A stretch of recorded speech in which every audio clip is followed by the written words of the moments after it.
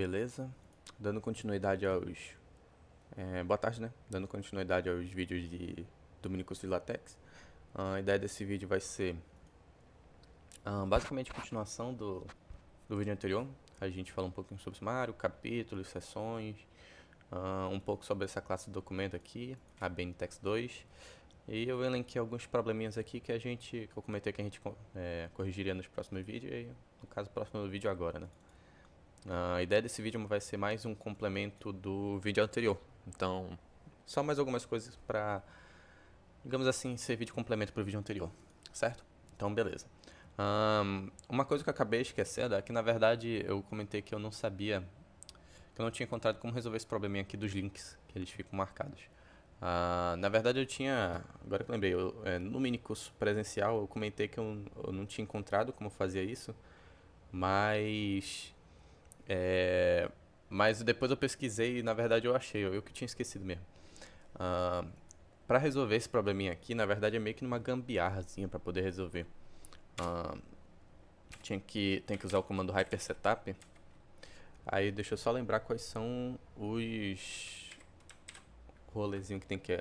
Tá, primeiro é meio que com o intuito de desativar essa opção aqui desses links, para ele referenciar os links de outra maneira. A gente vem aqui e escreve color links igual a true. Aí, apesar de ele remover esses links, peraí, temos um erro, temos um erro.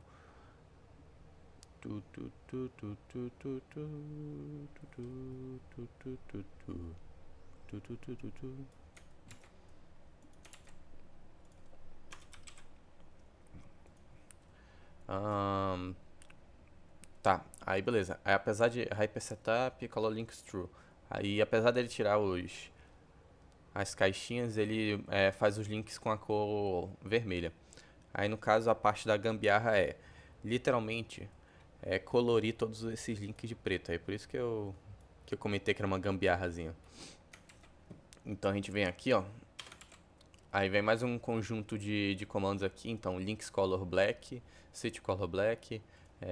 Tudo que é associado a link a gente pinta de preto. Aí ele vai pintar esses links de preto e aqueles carinhas vão sumir, certo? Aí agora a gente não tem mais aqueles links. As caixinhas dos links, na verdade. Certo? Deixa eu ver. Uma outra coisa que é importante é que eu comentei que havia esse espaço em branco entre cada folha, certo? Esses espaços em branco, na verdade, eles são relacionados à impressão, à maneira de impressão. Então, para corrigir isso aqui, na verdade, a gente só precisa fazer uma edição aqui nessa parte da classe documento, onde tem essas configurações. Se eu não me engano, é o comando onSide. Então, a gente vem aqui e escreve onSide na parte de classe documento, junto com esse conjunto de setup que a gente colocou aqui, dentro do colchete. E quando a gente recompilar, ele vai sumir com essas folhas em brancos, que é justamente associado à maneira de impressão do documento, forma de impressão do documento. Então ele some aqui com as folhas em branco, certo? Deixa eu ver, outro probleminha que dá pra gente resolver aqui, ó.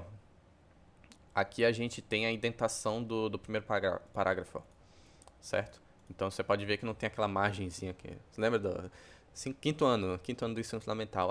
Margem de 2 dedos para poder começar o parágrafo. Pois é, a gente vem aqui, ó, e aplica um pack. Se eu não me engano, o pack eu não sei se ident first. Aí a gente coloca aqui e ele vai dar uma margenzinha pra esse cidadão aqui. Ó, é bem sutil, mas a margem tá aí, certo? Beleza. Outra coisa que dá pra gente pôr também, ó, é número de capítulos, número de páginas, perdão.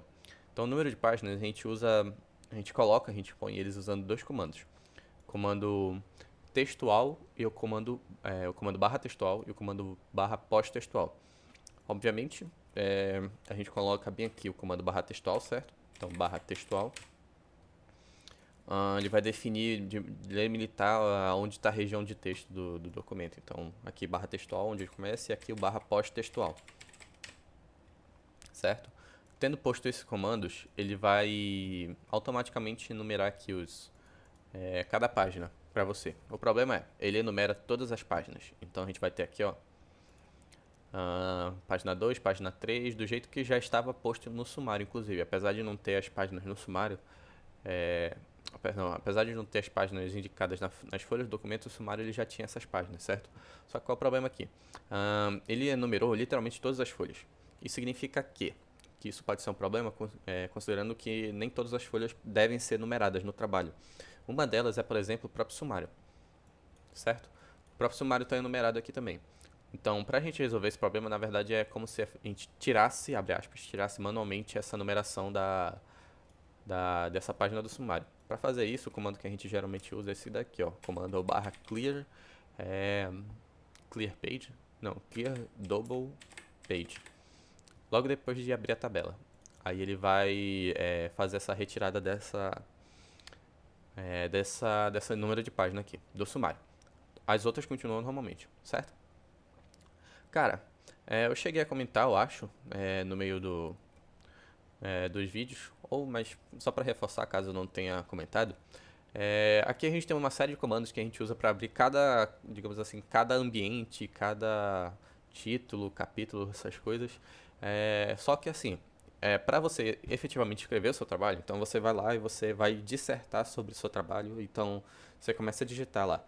Isso aí não precisa de comando nenhum para você abrir nenhum ambiente, não precisa de nada. Você literalmente vem aqui dentro da região do documento. Então aqui ó, logo depois do primeiro capítulo de introdução, eu escrevi aqui engenharia mecânica no Zetop, mas você continua escrevendo aqui todo o seu trabalho normalmente, certo? Que ele vai compilar tipo como se fosse um texto mesmo do seu trabalho. Então não exige nenhum comando para poder fazer isso, certo? Beleza. Tem algum certo conjunto de coisas que pode ser interessante de se colocar aqui, de se pontuar, na verdade.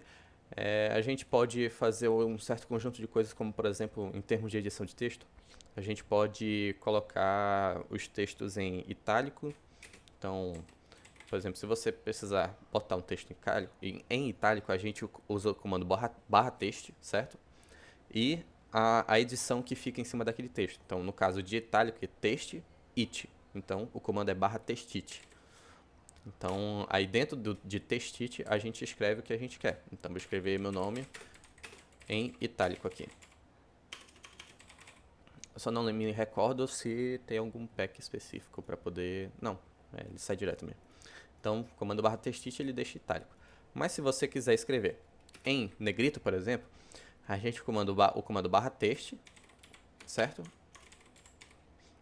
E para escrever em itálico, caso você já tenha tido alguma experiência com software de edição de texto em inglês, você vai ver que o negrito, na verdade, ele não é negrito, a sigla dele é BF, então você escreve text BF, certo?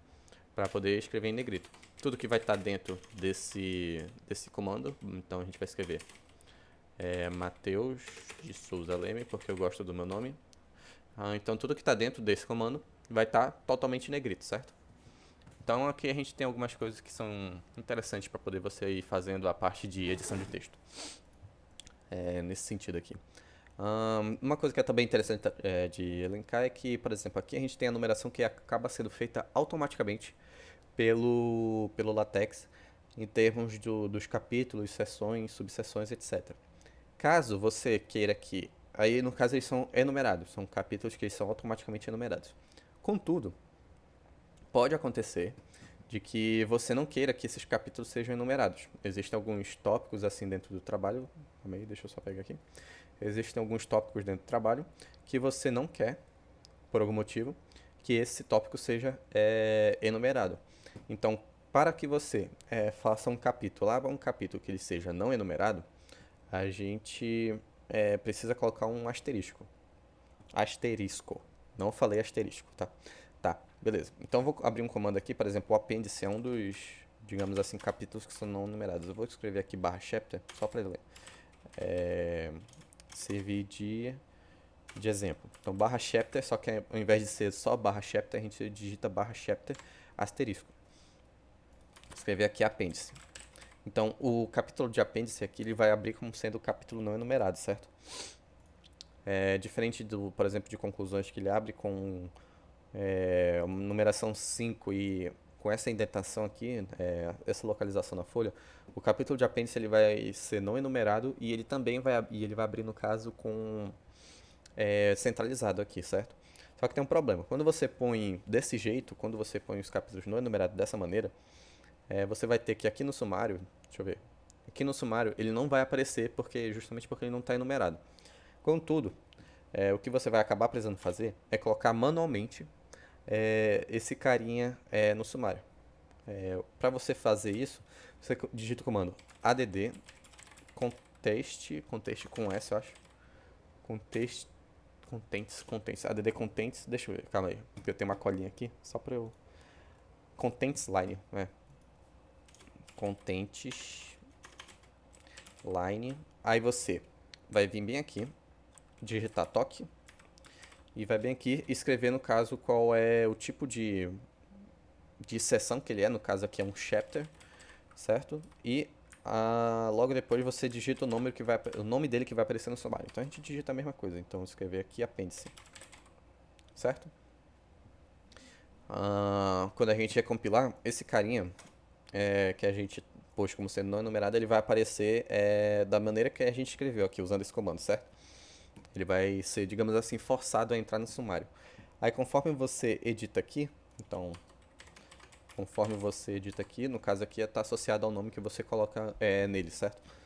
Então ele vai abrir aqui com, com a edição, certo? Com a edição que você fez em cima dele. Bom, deixa eu ver se tem mais coisas interessantes aqui para ir elencando antes da gente falar sobre os próximos itens. Cara, dá pra gente pôr cores também. Dá pra gente fazer com que determinados textos mudem de cor. Então deixa eu puxar aqui. Ah, tá, uma coisa interessante. Quando você tá aqui no texto aqui no seu comando, existem duas setinhas aqui. A de cima ela te leva do código para o PDF e a de baixo ela te leva do PDF para o código. Então, por exemplo, eu estou aqui na região de metodologia do PDF. Se eu apertar bem aqui, ela vai me levar para a região de metodologia aqui do código, certo? Então acaba sendo algo útil para poder você ir se localizando entre os códigos e o PDF em si.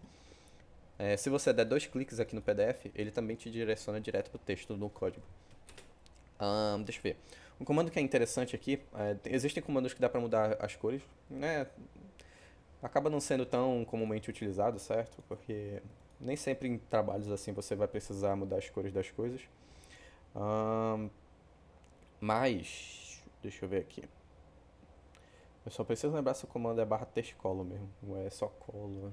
Eu acho que é textcolor, certo? Então, vou escrever agora meu nome em vermelho. Você usa o comando barra text color ou é color text? Calma aí. Color. Tá aí uma boa pergunta. Comando só barra color. Escrever color red aqui e escrever Matheus de Souza Leme aqui. Porque tem dois comandos associados aqui. Tem o comando text color, que eu acho que é text color o nome do comando, na verdade. Quem sabe faz ao vivo, vou já ver aqui. Mas esse comando só barra color red, na verdade ele vai mudar todo o texto. E não vai mudar só um conjunto de texto, digamos assim. Ele muda literalmente o texto todo. Então tudo que é escrito a partir desse comando barra color red, ele vai mudar tipo para sempre, entendeu? Mesmo que você mude de linha. Uma coisa que eu acabei esquecendo é que no caso eu estou escrevendo tudo em cima da linha 17. E aí o LaTeX ele vai compilando aqui no documento. Se eu der Enter, ele vai pular para a próxima linha no código. Só que, apesar dele pular para a próxima linha no código, então eu escrever Matheus de Souza Leme de novo, porque eu gosto do meu nome. Matheus de Souza Aleme. Apesar de eu pular para a próxima linha, ele ainda vai continuar escrevendo aqui no PDF na mesma linha, digamos assim, certo? Caso você queira efetivamente pular um parágrafo, você precisa pular duas linhas aqui no código. Aí ele vai começar a... Duvido alguém não decorar meu nome agora. Aí ele vai começar a pular os parágrafos para você quando você pula duas linhas aqui no código, certo? Mas se você simplesmente só pular uma linha, ele vai continuar escrevendo, digamos assim, no mesmo parágrafo aqui no PDF. Então aqui, ó, ele pulou uma linha. Deixa eu ver. Coisas que acaba sendo importantes, por exemplo, se você quiser efetivamente pular uma linha, então deixa eu ver aqui. Aqui, ó. Se eu der um barra barra bem aqui, barra barra invertida no caso, ele pula uma linha aqui no código do LaTeX. Então você pode ver que aqui, no caso, esse carinha, ao invés de ele continuar sendo escrito bem aqui, ele pula para a próxima linha, porque a linha foi, digamos assim, pulada, usando esse comandinho aqui que é o barra barra. É só um conjuntinho de coisas que dá para elencar. Deixa eu só fazer um teste aqui. Ó, você pode ver que o comando barra color red, na verdade ele simplesmente mudou para sempre todas as cores dentro do texto. Então tudo que está escrito adiante vai ficar vermelho. E aí eu vou fazer um teste aqui só para confirmar se o comando é barra text color mesmo. Ou vou ficar devendo aqui, peraí rapidinho.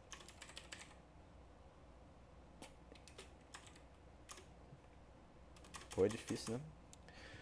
Cara, será que eu já tenho escrito aqui? Eu devo ter escrito, não é possível. Em algum momento eu já fiz esse comando aqui.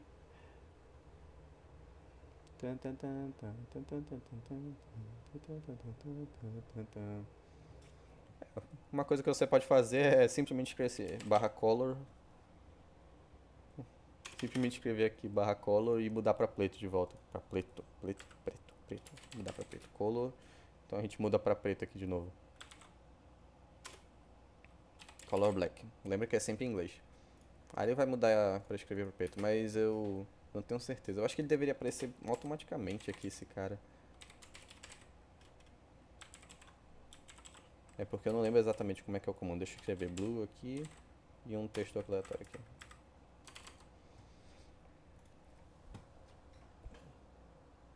Ah não, é text color mesmo o nome do comando. É isso mesmo.